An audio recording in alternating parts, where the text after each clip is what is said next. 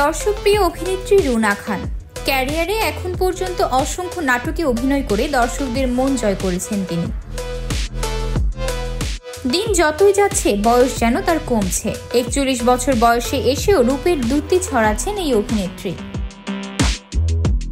মাঝে মধ্যেই ভক্তদের তাক লাগিয়ে দেন রুনা খান, কখনো অভিনয়ে, কখনো বা ফেসবুকে ছবি দিয়ে।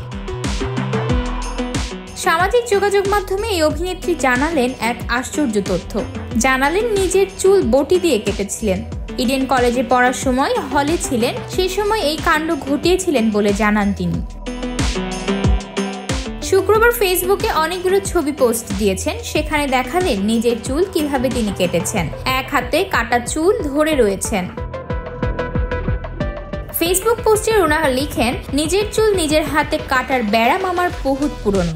ইডেনে হলে থাকার সময় একবার কাছে ছিল না বলে বটি দিয়ে মাথার চুল কেটেছিলাম। অনেকগুলো নাটকের শুটিংও বটি দিয়ে কাটা হেয়ার স্টাইলে। কিন্তু রুনা মনে করেন এ দেশের নারীরা নিজেদের ইচ্ছা মতো কোনো কাজই করতে পারেন না। ওই পোস্টে রুনা লেখেন, এই বঙ্গদেশে বেশিরভাগ নারীরা নিজের যখন যা ইচ্ছা করে তা করতে পারে না, আমিও পারি না। তবে এই যে আমার চুল আমি কাটবো, যখন ইচ্ছা তখন কাটবো। বটি দিয়ে ইচ্ছা করলে বটি দিয়েই কাটবো, কাঁচি দিয়ে ইচ্ছা করলে কাঁচি দিয়ে কাটবো। এই ইচ্ছা পূরণই আমার বাঁচার আনন্দ। রুনার এই পোস্টের ভাবার্থ এই যে, হোক কাঁচি বা বটি, যে কোনো কিছু ব্যবহার করে চুল কেটে ইচ্ছা মতো বাঁচার আনন্দ পান রুনা খান। তবে অভিনেত্রী এও উল্লেখ করেন, তার এই নতুন হেয়ার স্টাইল বটি দিয়ে কাটা নয়, বরং কাঁচি দিয়েই কাটা।